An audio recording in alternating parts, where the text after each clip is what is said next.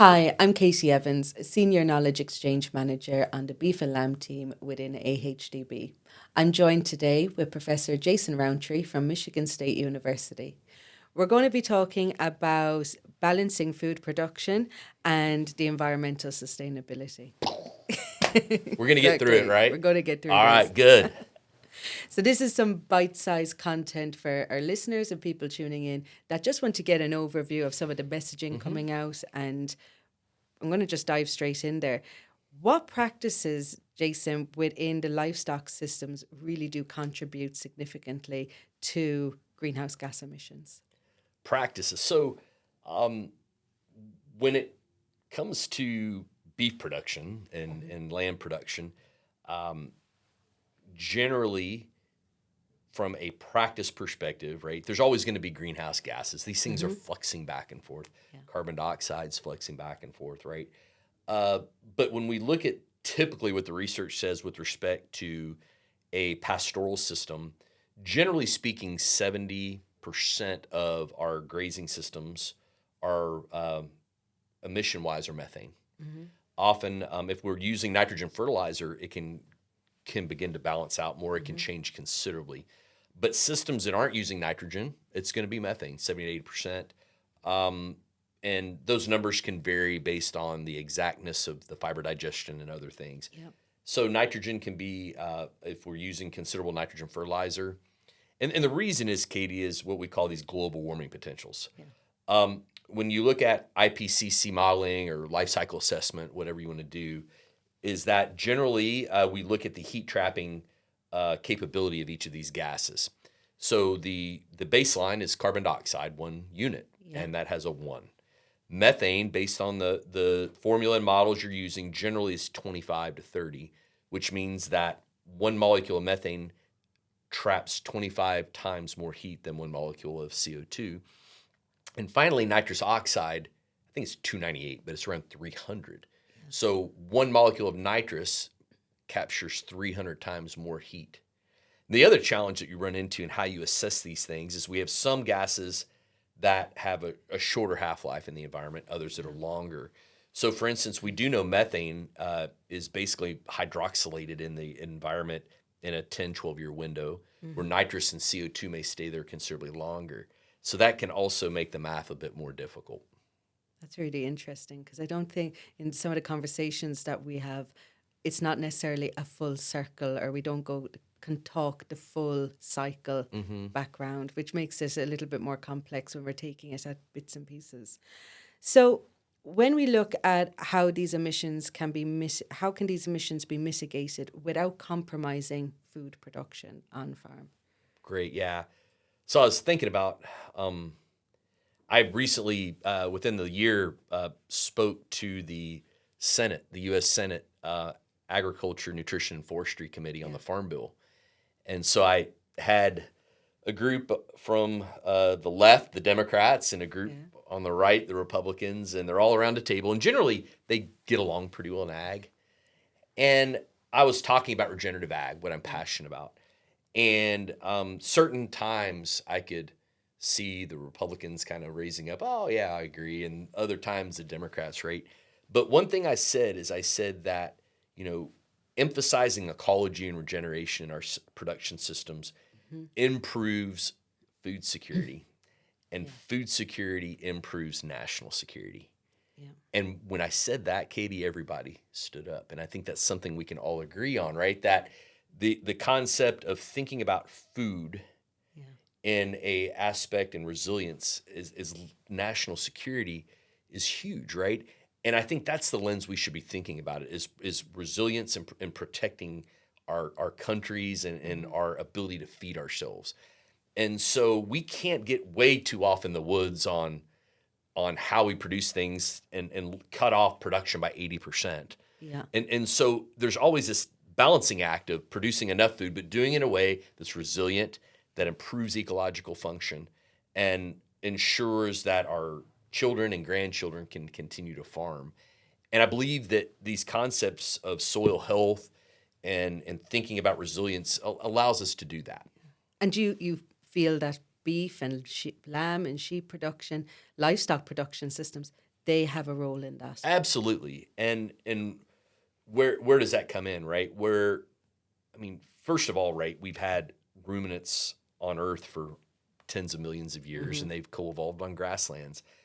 They're not going away. They've been a part of the natural evolution of our landscapes for a very long time. Yeah. Okay, so what ruminants bring to the table primarily, right, is that they can metabolize fodder that non-ruminants can't, that humans can't, right? They have an amazing ability of recycling nutrients. Yeah. And so often, Wendell Berry once said that we've taken the solution and we've split it into two problems.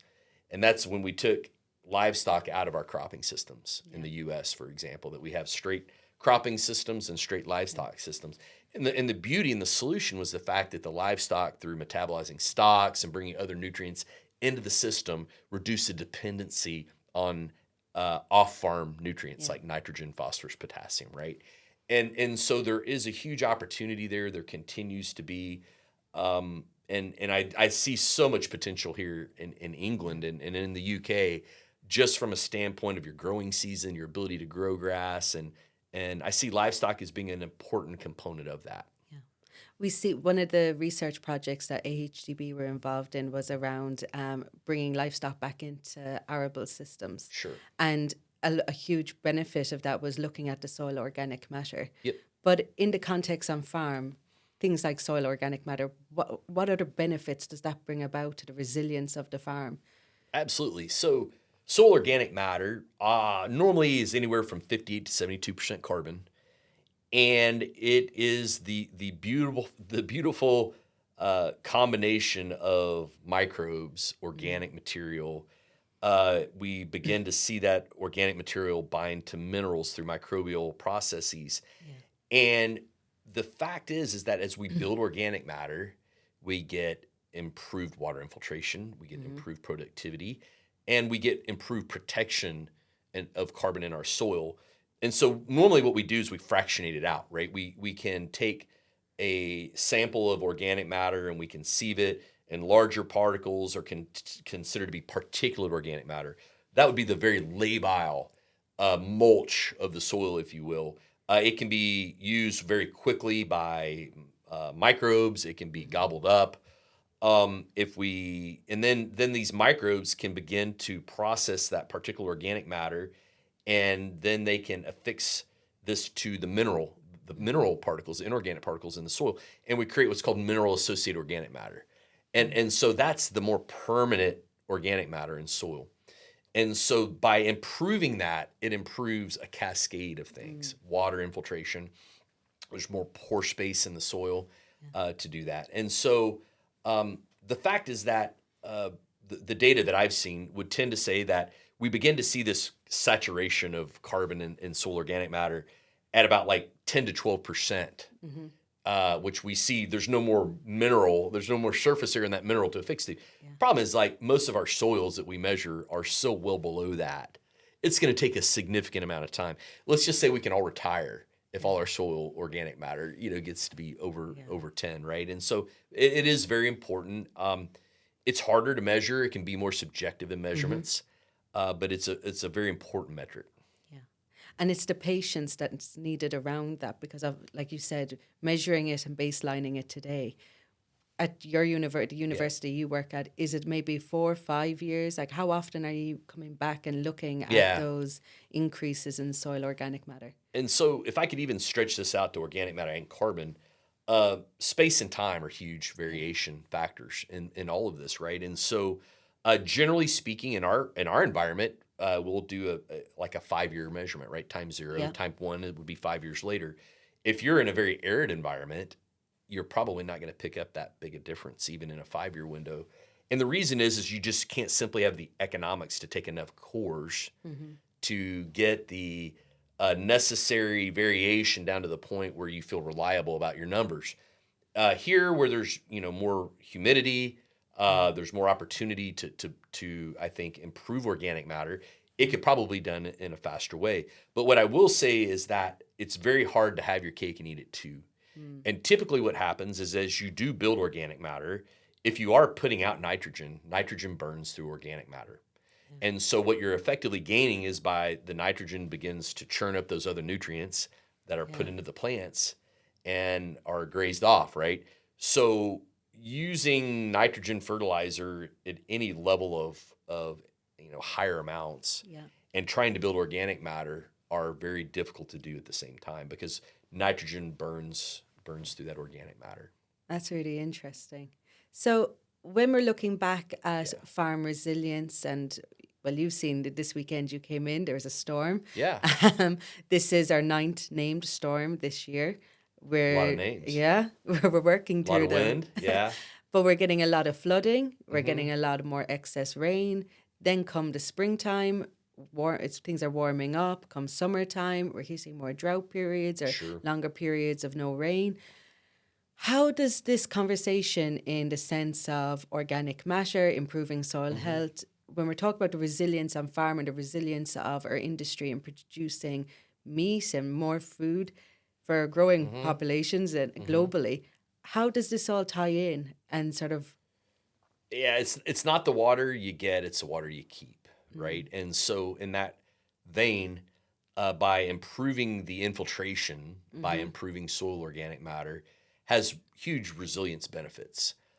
So often when we do get that rain, let's say we have what you see right now, you have a lot of bare ground, you have a lot of very early green up on look like perennial ryegrass to me. Yeah. There's a lot of exposure there, right? And so you get these huge rain events. Well, not only are you washing your organic matter down the creek, you're also creating a level of compaction too by the rain directly hitting the soil surface. And so there's that as well. And so the more ground cover, that slows the elution of that rain droplet. It can ease the blow and it can allow the water to more slowly infiltrate is huge. Having improved organic matter compared to very little organic matter, likewise, is that sponge that holds moisture for a longer period of time and creates greater resilience. Again, it's all about the biodiversity that we see not only above ground, but below ground. And that's having improved microbial function that is facilitating organic matter. It's fungi, it's bacteria, it's others. And there's lots of things on the market now, and people coming up the drive and down the drive of snake oil and all of these different sorts of products that can benefit our soil. I thought that was only in America. What are you talking about? We get it here. When we strip all that back and we're speaking about the livestock below our soil or in our soil, what are the fundamentals we need to get right to really, I suppose, provide an environment for them to thrive in? And I know you've touched on the biodiversity of our roots and that. But what else are we looking at there other than water infiltration? What else do we need to be considering? So, think about perennial systems, okay? And going back to this concept of soil health principles and livestock management, right? And creating that twofold approach. So when we talk about soil health principles, we talk about keeping ground covered. We just spoke on that. Improving perenniality or perennialization in systems, having more living roots throughout the year. We talk about minimizing disturbance. That could be chemical disturbance. It could be tillage. It could be a multitude of things. It could be high levels of fertilizers, other chemical inputs. Improving biodiversity above and below ground, and doing that, and then finally having some context and understanding it's a social game at the end of the day, right? So that's real one part of it is that how many of those principles are obtainable by a farm, and can we begin to stack those? We see benefits more and more. So, like for instance, in a cropping system, my colleague Dr. Bruno Basso can show that if we stack no-till and covers on top of each other in a corn bean rotation, we can begin to see 0.2 to 0.4 tons of carbon per hectare annually increased in those soils by stacking those two. But if you're only to look at one, much less. So in our system, though, we've got livestock in this equation in a perennial system. And so management's huge. We use a term often called adaptive multi-paddock grazing. You've probably heard as AMP. You might hear people use holistic plan grazing, which is really a lot of the roots of my thinking. You might hear Jim Garish coined a term, management intensive grazing. Yeah. We've got mob grazing, we've got tall grass grazing, we've got everything. But the key driver in that is that I am grazing to recovery, and that when I put livestock, managed grazing is putting livestock in a place Yeah. for a given period of time to accomplish a purpose with a controlled animal behavior. And that's what I'm doing when I'm using management, right? Yeah. So where we begin to see the better benefits is that when we allow animals to graze plants, okay, when they graze, right, they're ripping off a leaf. There's a root exudate that's shot down through that root. But also there's a time where the roots need time to recover, right? Because they're needing more nutrients and need time to recover. And so what happens often is that when I get my rotations going too fast, I'm graze, grow fast, move fast, those kind of things.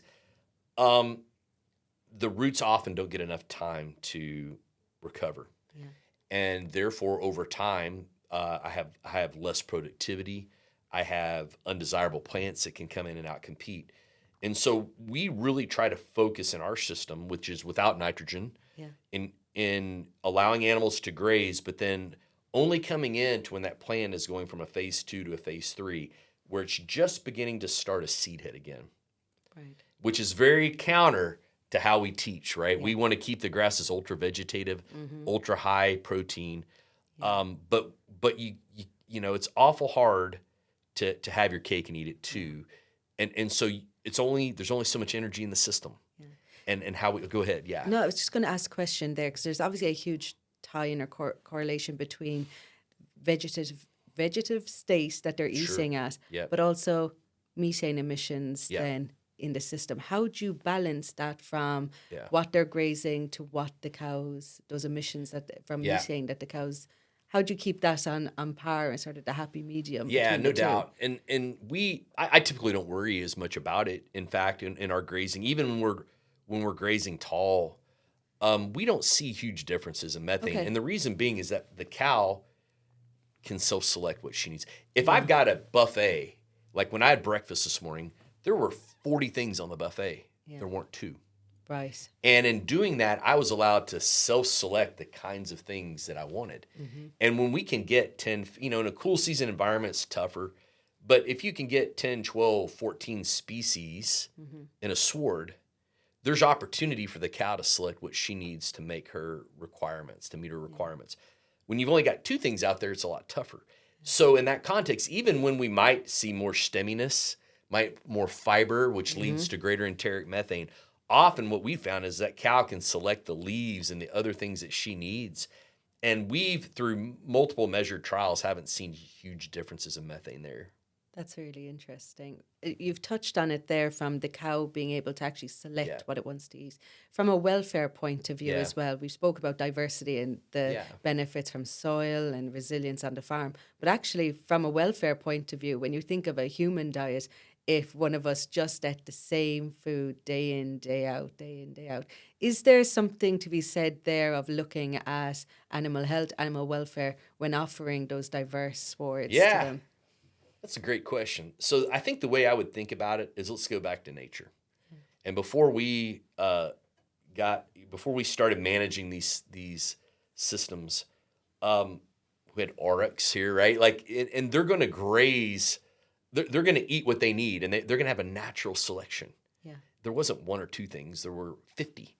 And so I think from an animal welfare perspective, the more that we mimic nature, the more that we give a cow the ability to be a cow, a ruminant to select as a ruminant, that the more we mimic that, I think the greater the animal welfare is as well. Now, grazing a few species, does that mean there's poor welfare? No. But if we want to enhance something, and I think the key to enhancement is by mimicking nature as much as we can. And that to me is by allowing the animal to exhibit her natural innate ability to graze. Are there particular forage types or species that, when you're looking at your mixtures, that you're kind of, for those exact objectives, what are you kind of looking at putting in there other than like the legumes? And Sure. Yeah, and we're grazing a tame. We're in a tame grassland system. Where I graze used to be really amazing large pine trees. Michigan was a complete forest, and Yeah. it was deforested uh, during the Industrial Revolution, and we built Chicago and New York with lumber from Michigan. So I'm playing, tame grassland in my system, Yeah. and in doing that, I have a high opportunity to grow very good quality forages for about 150 days out of the year, and they're going to be cool season grasses. And our theory then is to get as many different kinds as we can out there. And so we may put out as many, and when rarely do we reseed, mind you. Yeah. Primarily in research we might, but in our general management, if I were to have an ideal situation, it would be as many tall, cool season grasses and legumes and forbs as I can.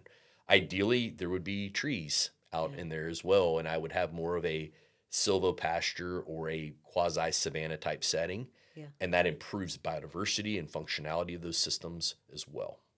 It's fantastic. So, just coming back to our starting question, do you feel there's a balance to be struck between both food security and environmental sustainability? And how do we get there? Yeah, absolutely. I think that look, we first of all let's acknowledge the fact that there's tremendous amount of food waste that can be curved up. We can manage that side better. Um, there's always there's always like the blame that person over there mentality. Oh, it's not me, it's this. And if we, Yeah. they would just get their act together, this would be okay. Mhm. And unfortunately, farmers can fall into that as well. And I don't agree with that mentality or that approach. But what I would like to say is that um, I think that food security takes care of itself if we manage in an environmentally resilient and regenerative way. That if you look in the mirror and say, okay, well, if I can't get nitrogen, I can't get potash, if I can't get phosphorus, what does this look like? And how can I maximize that productivity without those things? Yeah. And that's the mentality I've taken at our site for the last 15 years. And while we might give up maybe in some certain none or other, like compared to here, maybe 10 or 15% in productivity, Yeah. I've also reduced my inputs by 70 to 80%. And there's your profitability metric right there, right? And so can we do this? Absolutely. I think that we have had it ingrained in us to kind of filter this green revolution approach, and we have gotten completely focused on an output over an input, which is the level of efficiency of a system. Yeah. But if we don't understand that our natural resources are limited, our land is limited, then we need to get that in the equation as well. And if we start thinking about how much can we produce while improving land or sustaining land, I believe that it should change the economics. Thank you, Jason. That was fantastic. Thank you for watching the first of our 3-part series on our Roots to Resilience, Module 1, interviews with Jason Rowntree.